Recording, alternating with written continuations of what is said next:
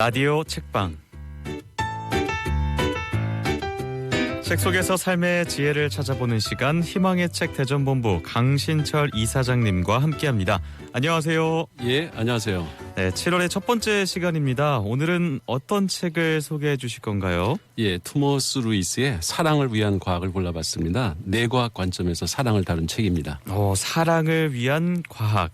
저자 소개부터 부탁드립니다. 예, 토머스 루이스는 콜로라도 대학교에서 심리학과 영문학을 전공했고 캘리포니아 대학교 의과대학에서 정신의학을 연구했습니다. 현재 의과대학에서 정서장애 프로그램을 공동 운영했고 현재 캘리포니아 대학 의과대학 정신의학 임상교수로 있습니다.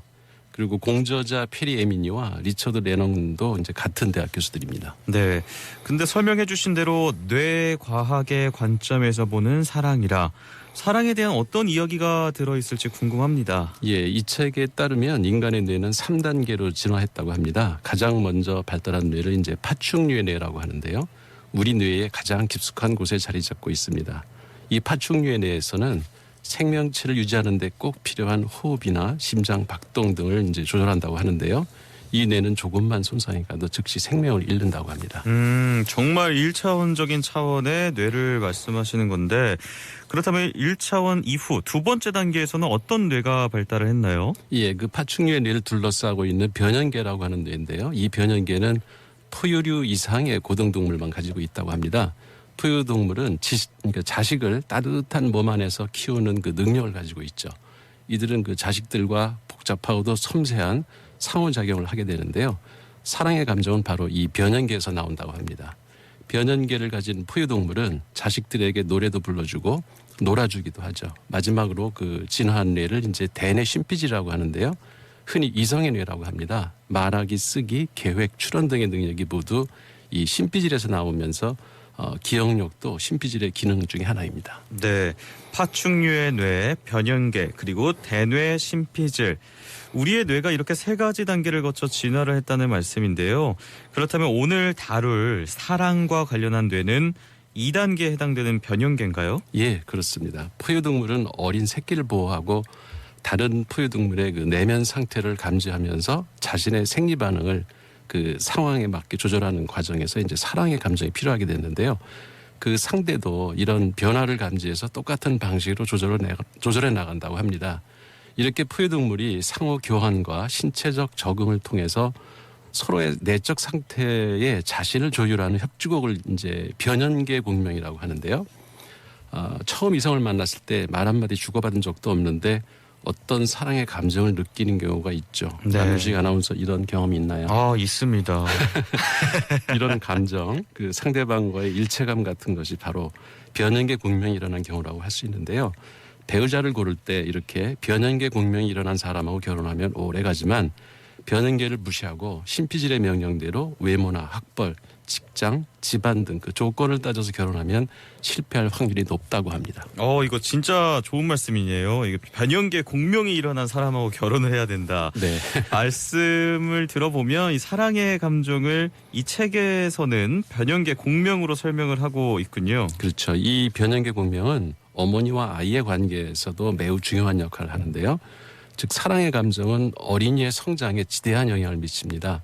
우리에게 잘못된 상식 하나가 있는데요. 어린아이들을 독립심 키워주기 위해서 갓난아이 때부터 부모와 이렇게 격리해서 따로 재우는 부모들이 있죠. 네. 이렇게 어린아이들을 부모와 따로 격리해서 키우는 관습은 미국에서 특히 심한데요.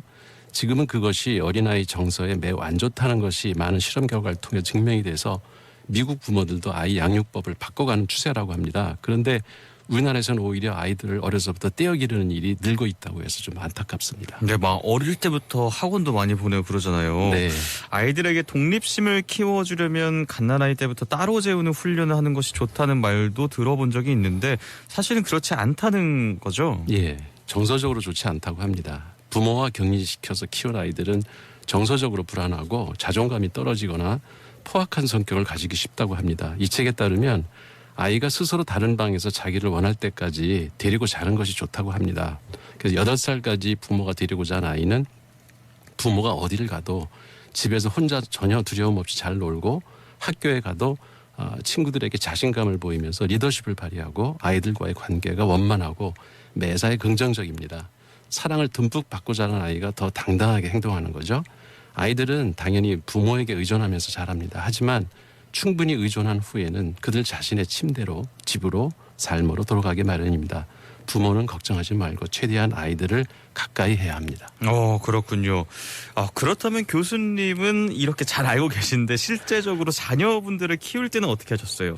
제 아이가 셋인데요. 네. 아이들이 자기 방 따로 달라고 할 때까지 엄마가 데리고 잤죠. 그리고 아이들이 엄마 사랑을 듬뿍 받고 자라서 그런지 어딜 가나 자신감이 넘치고 리더십을 발휘하는 건 좋은데 좀 잘난 척하는 좀 경향이 있고요.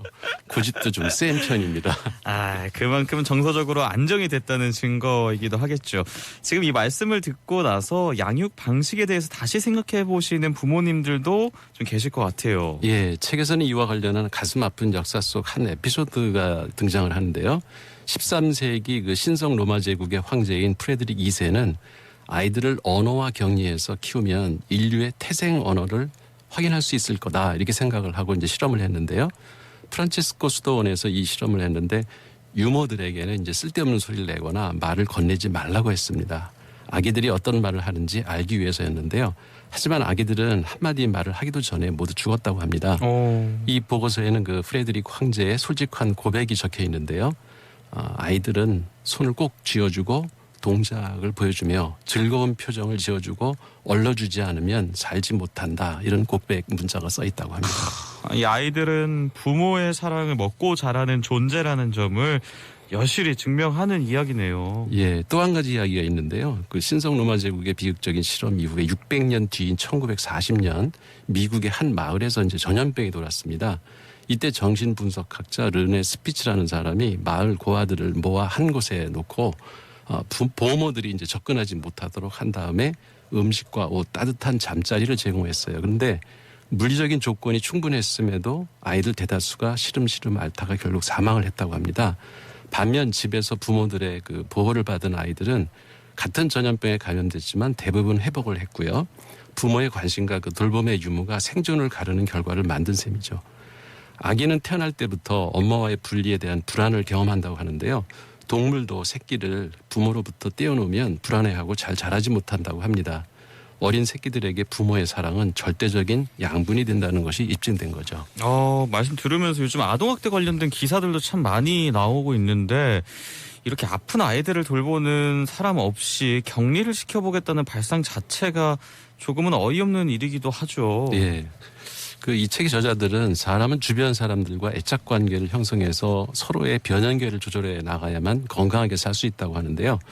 사람들은 변연계 조절 작용으로 정보를 지속적으로 조작하면서 정신회로를 만들어 간다고 합니다. 네, 국적을 불문하고 장수하는 사람들을 보면 돈이 있고 없고 사회적 지위가 높고 낮고를 떠나서 가족이나 친구 이런 가까운 사람들과의 관계가 자주 어울리면서 일상을 나누고 좋은 경우가 많다고 하더라고요. 그렇죠. 이것과 일맥상통하는 이야기네요. 맞습니다. 그 사랑의 감정은 우리 뇌의 변연계에서 일어나는 심리적 현상이고 일방적인 것이 아니라 동시적인 주고받음이라는 거, 그리고 사랑을 많이 받고 자란 사람일수록 이런 변연계 공명 능력 역시 뛰어나다는 점을 이 책을 통해서 알 수 있습니다. 네, 건강한 애착 관계를 통해서 주고받는 돈독한 마음이 결국 우리를 살게 하는 힘이 아닐까 하는 생각을 해봤습니다.